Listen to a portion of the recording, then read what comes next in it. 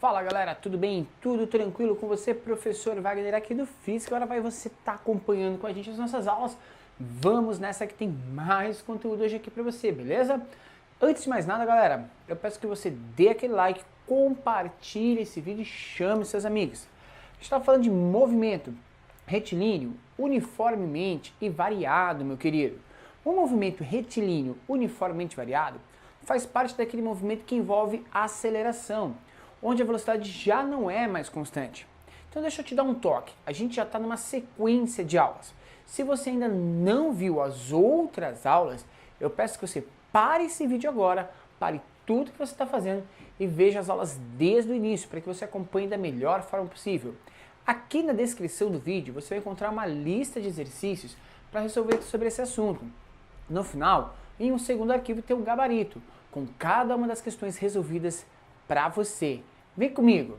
Gente, a gente vai falar hoje das funções do movimento retilíneo uniformemente variado, o movimento que trouxe para a gente a ideia da aceleração. A partir de um movimento que é acelerado, a gente precisa perceber o seguinte: quais são as variáveis desse tipo de movimento? E a gente tem algumas variáveis. Primeiro, a gente tem uma variável que é chamada tempo. Todo movimento precisa de tempo para acontecer. No caso do movimento retilíneo uniformemente variado, não é diferente. A gente precisa de um tempo, um período no espaço para que esse movimento ocorra, para que a gente perceba a variação de posição, a variação de velocidade de um determinado corpo. O tempo ele vai ser considerado como uma variável independente. Por quê? Porque nada interfere no movimento do tempo. Se a gente estiver em repouso, se a gente estiver em movimento, seja retilíneo, uniforme, seja acelerado, o tempo vai continuar passando, sempre. Então o tempo será chamado de grandeza independente, certo? Ou seja, variável independente, beleza? A partir do tempo, a gente tem algumas variáveis que são dependentes desse tempo nesse tipo de movimento. Quem são elas? A posição e a velocidade. Porque a gente está trabalhando com um elemento fixo nesse sistema. Quem é? A nossa aceleração. A taxa de aceleração nesse tipo de movimento, ela não muda ao passar do tempo. A taxa de aceleração ela é a mesma desde o início até o final do movimento. Tranquilo?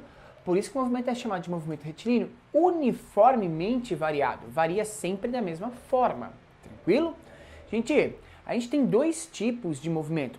Ora, o movimento pode ser positivo e a gente ter realmente um movimento chamado de acelerado, certo? Estou realmente aumentando a minha velocidade. Porém, eu posso ter um movimento onde eu tenho a frenagem de um corpo. A aceleração, nesse caso, ela é contrária ao movimento. Lembre-se, a aceleração, ela é uma grandeza vetorial, assim como a velocidade, assim como o deslocamento. As grandezas vetoriais, elas precisam do seu valor numérico, módulo, elas precisam da direção e elas também precisam de um sentido, tranquilo? Então, quando eu vou analisar o movimento de frenagem, que é o que eu estou conversando com você, a gente vai ter que perceber, então perceba que a gente vai analisar exatamente essas duas características. Se o movimento estiver nesse sentido e a aceleração também estiver nesse sentido, ajudando esse movimento, a velocidade aumenta. Movimento acelerado. Agora, se o movimento está nesse sentido e a aceleração vem no movimento de retardar esse movimento, a gente vai ter um movimento retardado, ou seja, a gente vai ter um movimento de frenagem nesse sistema. Sacou a ideia? Aceleração e velocidade, mesma direção e sentido. Aceleração e velocidade, mesma direção, sentidos opostos. Frenagem. Uou! Show de bola, cara! A gente vai analisar aqui as funções da posição. Vamos começar com a função da posição do movimento retilíneo uniformemente variado. A posição final de um corpo vai depender exclusivamente da posição inicial, onde começa esse movimento, da velocidade inicial, seja ela uma velocidade já especificada ou o próprio repouso. Se tiver em repouso, isso aqui vai valer 0, tranquilo? Se não, a gente vai marcar o valor da velocidade. O tempo que o corpo permanece com essa velocidade, isso já vai dar um pequeno deslocamento. Segunda parte, a aceleração desse sistema também vai provocar um deslocamento. Então a gente vai fazer a aceleração vezes o tempo ao quadrado dividido por 2. Então a equação fica S igual a S0 mais V0t mais AT quadrado sobre 2.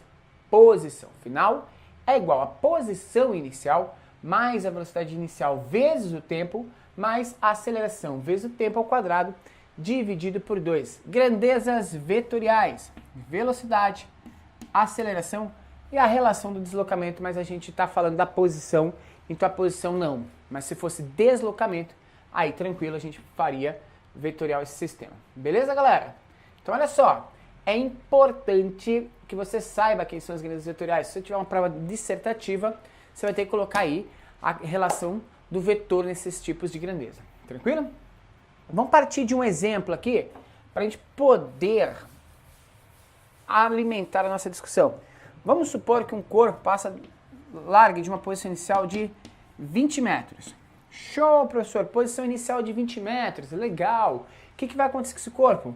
Cara, eu não sei, mas ele está com uma velocidade inicial de 10 metros por segundo, certo? E ele está acelerando com 2 metros por segundo ao quadrado. É possível você determinar para mim aonde ele estará depois de 10 segundos? Mas sim, é possível, professor. Olha só, saca só. A posição final desse corpo vai ser a sua posição inicial, que é 20 metros, mais a velocidade inicial, que é 10, vezes o tempo. É 10 vezes 10, que vai dar 100. Show, velhinho. O que mais? Aceleração. Quanto que é a aceleração? 2. Vai ficar 2 vezes o tempo ao quadrado. Quanto que é o tempo ao quadrado? É 10 ao quadrado. Quanto que é isso? 10 vezes 10, que vai dar 100. Vai ficar 2 vezes 100. 200. Divide por 2, 100 novamente. Cara, qual que é a posição final desse corpo? 220 metros. Suave, meu irmão. Muito tranquilo de resolver, beleza? O que eu quero que você guarde no seu coraçãozinho de físico nesse momento é o seguinte, que o gráfico da posição pelo tempo vai ser sempre um trecho de uma parábola. Por quê? Porque isso aqui é uma função quadrática, uma função que tem uma variável no segundo grau. A partir daí, a gente vai ter o gráfico sempre numa parábola. Se a parábola for nesse tipo, que é uma parábola crescente, a gente está dizendo que o movimento ele é acelerado. Mas essa parábola poderia ser decrescente. Se a gente tiver uma parábola decrescente, vamos acertar ela aqui, né? Uma parábola decrescente, tendendo aqui ao repouso, por exemplo, essa segunda parábola aqui, ela vai ser uma parábola que vai representar o movimento retardado, ou seja, ele está variando cada vez menos a sua posição em função do tempo. Show! Continua comigo. A gente tem outra função, cara, que é a função da velocidade, a função horária da velocidade. Aqui era a função horária da posição, aqui já é a função horária da velocidade. A velocidade final de um corpo é igual à sua velocidade inicial mais a aceleração vezes o tempo. No exemplo que eu te dei aqui, a gente descobriu onde que o corpo estaria. Ele estaria na posição 220 metros depois de 10 segundos. Mas eu não te disse com que velocidade ele passa por esse ponto. Para te falar a velocidade que ele passa por esse ponto, a gente precisa da função horária da velocidade, aonde a gente vai substituir os valores também e consegue determinar as relações desse movimento. A velocidade final depende da velocidade inicial do corpo, no nosso exemplo lá, 10, mais a aceleração desse corpo, no nosso exemplo lá, 2, vezes o tempo, que é 10 segundos no nosso exemplo. Isso vai dar 10 mais 20, que vai dar 30 metros por segundo. Cara, muito tranquilo. Então, com essas duas equações, a gente consegue, de uma maneira tranquila, descrever o movimento, descobrindo qual que é a posição final do corpo e qual a velocidade final desse corpo. Saca só, carinha! A velocidade é uma função do primeiro grau. A gente já viu ela na aula anterior, beleza? E essa velocidade sendo função do primeiro grau, o gráfico dela vai ser sempre uma reta crescente ou decrescente, tranquilo? A área do gráfico dessa velocidade, permite a gente descobrir uma coisa muito bacana. O que, professor? A área do gráfico de velocidade por tempo vai permitir a você, cara aluno, determinar algo muito importante. Vamos supor que eu tenha esse gráfico, onde aqui é a velocidade inicial, esse trecho aqui marca a velocidade final, e eu tenho essa área aqui do gráfico, certo? A área formada abaixo da reta, o corpo se movimentou. Lembra que o nosso corpo aí, do nosso exemplo, eu vou trabalhar sempre em cima desse exemplo, tá?